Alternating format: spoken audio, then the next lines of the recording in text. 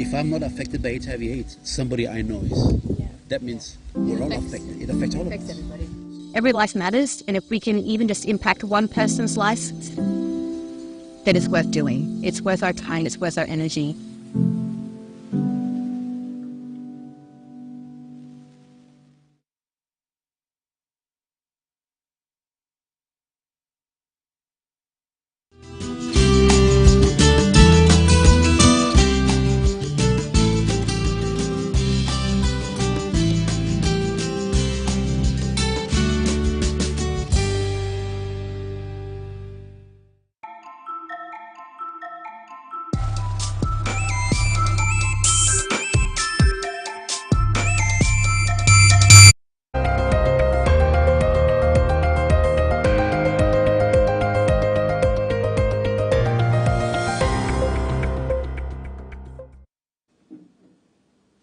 Hi, I'm Rex Lita with the Midday News.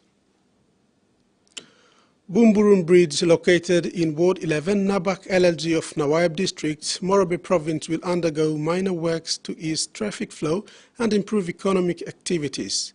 The presentation of 50,000 kina funding for minor works for the bridge was done recently. The funding allocation was approved through Nawab District Development Authority. Nawab MP Teo Pelgan is keen to improve most infrastructures within the district, with infrastructure development as #1 priority. Pelgan said materials for the bridge work is at the construction site and work will begin this weekend. Weather willing, it will be completed in 2 weeks. Nawab Ward 11 has the highest number of coffee farmers with coffee plantation as well as other agriculture crops. The bridge upgrade will prove these economic activities for the 5,000 plus population. Whilst recently addressing the community of Dimer village in Sumgibar LLG, Medang, Governor Ramsey Pariwak touched on the SME scheme already in place and the requirements needed in order to apply for the loan. He challenged the people, stating that the requirements are these, rather there to ensure that only genuine and serious applications are entertained. The governor pointed out that on many occasions, successful applicants tend to misuse monies received from SME funding and never really progress. Equity 20%. Now, me equity 20% is that because equity now by scaling man through you like working business or. Number tomorrow you come na dog me at work man and you like I'm free money na gona. Lo I blow me plus on the by broken bottle na drink na single. Money blow hoke me you drink na spark na boya. Osem na equity stop screening you come up with some strainer and screening you na man who said is serious na genuine lo working business as all and by finding equity blame na 20% na working loan. Mosby Arts Theatre's 2023 Youth Arts Program themed Metamorphosis, Embracing Challenging Times, unfolds in Port Moresby, empowering the city's youth through creative expression and growth. In its 19th iteration, the program collaborates with JOJ, fostering artistic talent and community education, with workshop led by experienced members and CUFA's financial literacy assassin. Over 700 students from 15 schools participate. The youth explore changes, transformative nature, and visioning powerful narratives for brighter future. Badiagwa High School in Port Moresby has kick-started the Grasscat Project's 10 million strong pilot program with a great enthusiasm, aiming to transform attitudes contributing to violence against women. Equipped with uniforms and journals, students actively engaged in personality tests and health screenings, prioritizing their well-being.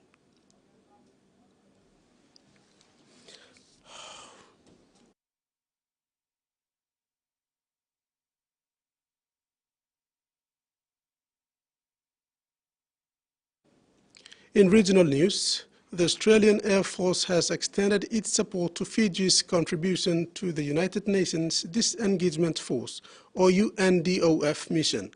A KC-30A multiple-role tanker transport aircraft provided strategic airlift for 150 Republic of Fiji military forces soldiers, facilitating their deployment from Nadi, Fiji to Tel Aviv, Israel. The mission's objective is to maintain the ceasefire between Israel and Syria while supervising designated areas of separation and limitation according to the May 1994 Agreement on Disengagement. Australia's involvement in UNDOF reflects its commitment to promoting global peace, security and a rules-based international order. The partnership between Australia and Fiji showcased the importance of regional cooperation in tackling international challenges and fostering stability in conflict-prone regions. With all eyes on the opening of the World Cup, New Zealand has been rocked by a deadly shooting in Auckland. A 24-year-old gunman opened fire at the city construction site, killing 2 people and injuring 6 more, including a police officer. New Zealand's Prime Minister has praised the first responders.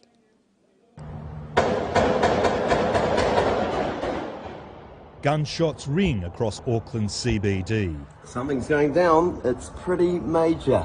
Reports of an active gunman at a construction site triggers a police operation at 7:30. I saw construction workers running outside. You could see the look on their faces. They were scared, they were concerned. At around 8 a.m, our Armed Offenders Squad, supported by a Special Tactics Group, located the offender inside a lift shaft where he had barricaded himself and attempted to engage him, having secured the floors above and below.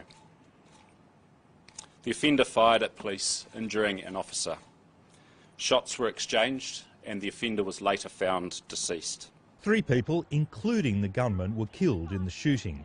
6 other people, including police officers, were also injured. We heard gunshots, probably a whole round that got let off. Wasn't sure if it was coming from the police or the shooter at the time. And then about 2 minutes later, a police officer came out and he had blood down his shirt. Authorities say the gunman was carrying a pump-action shotgun and moved through the building, shooting as he went. When he reached the upper levels, he went into a lift shaft where police tried to engage with him. Further shots were fired by the man, and police say he was found dead a short time later. The individual's known for primarily family violence history. There is nothing to suggest that he has presented a higher level risk than was indicated by that history. Details on the gunman are limited, but authorities are certain there's no national security risk. This is a tragic situation. As I say, it's connected apparently with this workplace. I have no elevated concern about FIFA. This is a generally safe country and we're very proud of the work we've done in preparation for this event. Shootings are rare in New Zealand, which saw a further tightening of its gun laws after the Christchurch mosque shootings in 2019.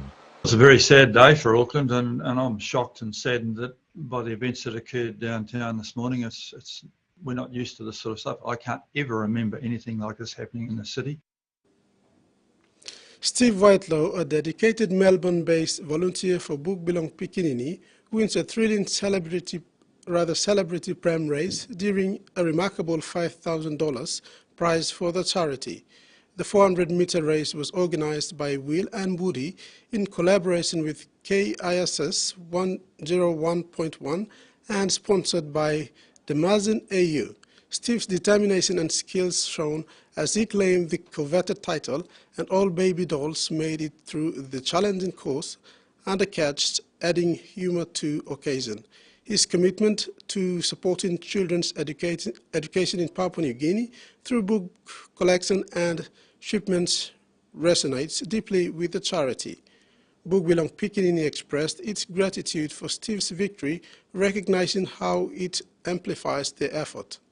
The event highlights the power of volunteerism in making a positive impact on charitable endeavors. In sports, ICC Men's Cricket World Cup Trophy. The trophy will be travel out 20 countries before landing in India, where the ICC Men's Cricket World Cup 2023 will be held. The trophy started a tour in India, traveled to New Zealand before making its last stop in Australia. The trophy was then flown into Papua New Guinea. After this stop, it will be flown over to New York in the United States of America. Max Abbott, a committee member of the PNG World Cricket brought the World Cup cricket trophy to PNG.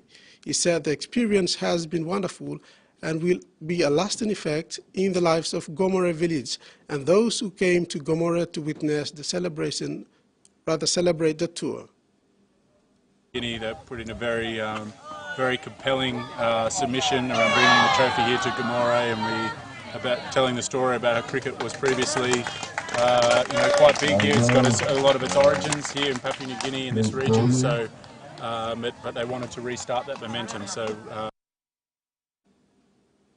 The East Asia Pacific T20 Men's Cricket Qualifier will see PNG, Japan, Philippines and Vanuatu battle it out at the Amini Cricket Ground in Port Moresby from July 22 to 29 to qualify for the ICC Men's Cricket World Cup tournament to be held in India after this year. Cricket PNG will host the ICC T20 EAP Men's Cricket Qualifier for the first time. The PNG Barramundis will be running into this qualifying tournament as a favourite. This cricket qualifier will be a direct entry. The team that wins gets direct entry into the World Cup. It's unlike previous years, previous qualifiers where winners have to go through global qualifier and then to the World Cup. Visiting teams are already in the country. The qualifier starts this Saturday. And that's all we have in news, midday news, more at 6 p.m.